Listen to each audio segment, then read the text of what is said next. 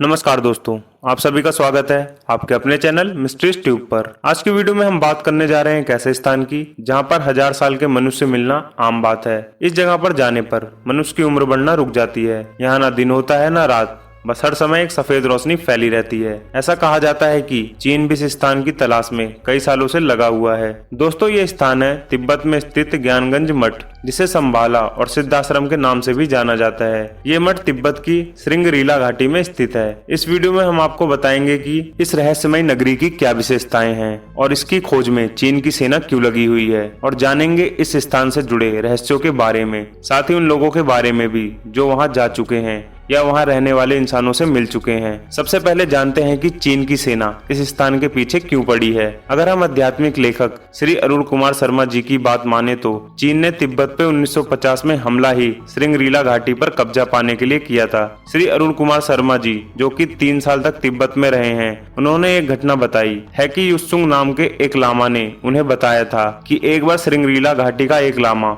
घूमता हुआ लहासा पहुंच गया था। वह दलाई लामा से मिलना चाहता था, पर दुर्भाग्य से चीनी सैनिकों की नजर उस पर पड़ गई और वो उसे अपने साथ ले गए। देखने पर वह व्यक्ति 40 वर्ष के व्यक्ति के बराबर दिखाई दे रहा था, पर जब चीनी डॉक्टरों ने वैज्ञानिक जांच और परीक्षण किया तो पाया कि उस व्यक्ति की उम्र 400 वर्ष के आसपास है। जब चीनी नेताओं को ये बात पता चली तो उन्हें विश्वास हो गया कि ये जरूर श्रृंगरीला घाटी का लामा है। उन्होंने हर तरह से उस लामा को यातनाएं दी, पर उसने उन्हें कुछ भी नहीं बताया।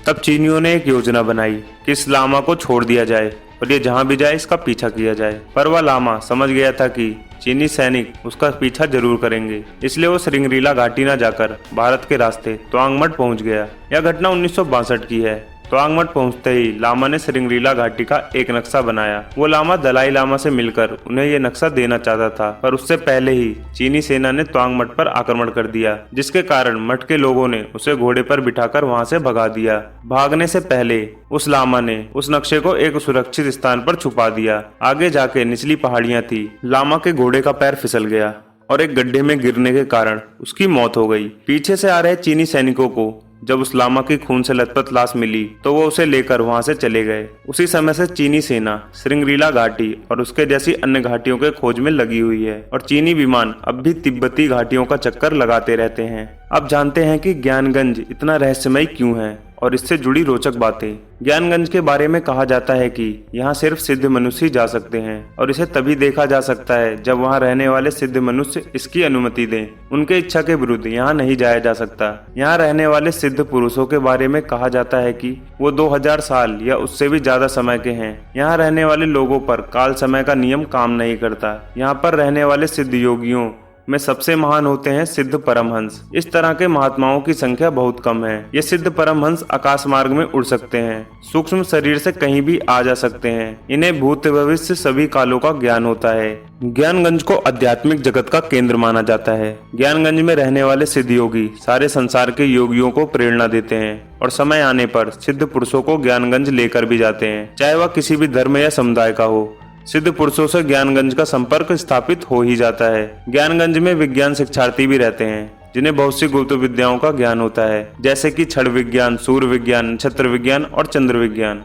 इन विज्ञानों के बल पर सिद्धाश्रम के योगी ऐसे कार्य करते हैं जिन्हें आधुनिक जगत के वैज्ञानिक देख ले तो आश्चर्य में पड़ जाएं। किसी के कटे शरीर को फिर से पैदा कर देना, किसी भी बीमारी को ठीक कर देना, किसी एक वस्तु को दूसरे में परिवर्तित कर देना, जैसे कि सोने की किसी वस्तु को लोहे में या लोहे की किसी वस्तु को चांदी में। ऐसी विद्याएं ज्ञानगंज के लिए मामूली बात है। यहाँ पर रह रहे विज्ञान शिक्षार्थियों को ये विद्याएं सीखने में सैकड़ों वर्ष लग जाते हैं। ज्ञानगंज के बारे में रामायण, महाभारत आदि ग्रंथों में भी उल्लेख है।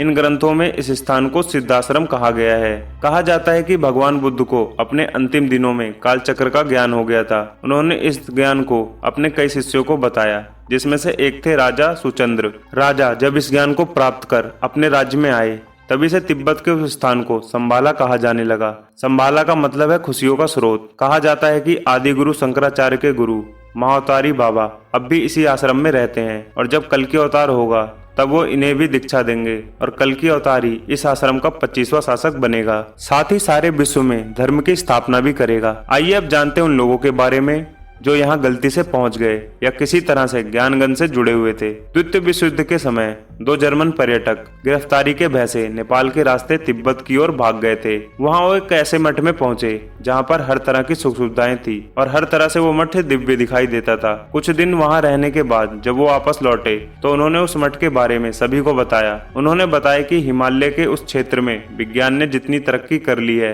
उतनी कहीं भी आज तक नहीं हुई होगी। उन्होंने लोगों को अपने साथ चलकर देखने को कहा। कुछ लोग राजी हो गए, पर जब वहां जाकर देखा तो वहां पर पहाड़, झरने सब ज्यों के त्यों थे, पर वह मठ गायब था। जेम्स हिल्टन की नोवेल लॉस्ट हॉरिजन में भी इस जगह का उल्लेख है, जिसमें वो हिमालय में एक ऐसी जगह पर फंस जाते हैं जहां उन्हें आंतरिक शांति मिलती है और जीवन के उद्देश्य का पता चलता है। उस जगह का उल्लेख भी ज्ञानगंज जैसा है। प्रसिद्ध आध्यात्मिक लेखक और योगी कबीरदास जी ने तो ज्ञानगंज के बारे में अपनी पुस्तकों में विस्तार से बताया है, साथ ही अपने निजी अनुभव भी साझा किए हैं। ज्ञानगंज से जुड़े कई किस्से हैं जो अलग अलग प्रांत के लोगों ने लगभग एक जैसा ही बताया है, इसलिए इस जगह के होने पर विश्वास हो जाता है। दोस्तों, आपको क्या लगता है कि ऐसा कोई स्थान है भी या नहीं? साथ ही वीडियो पसंद आई हो तो लाइक और शेयर भी कर देना। मिलते हैं एक और रोचक वीडियो के साथ, तब तक के लिए आप सभी को मेरा नमस्कार।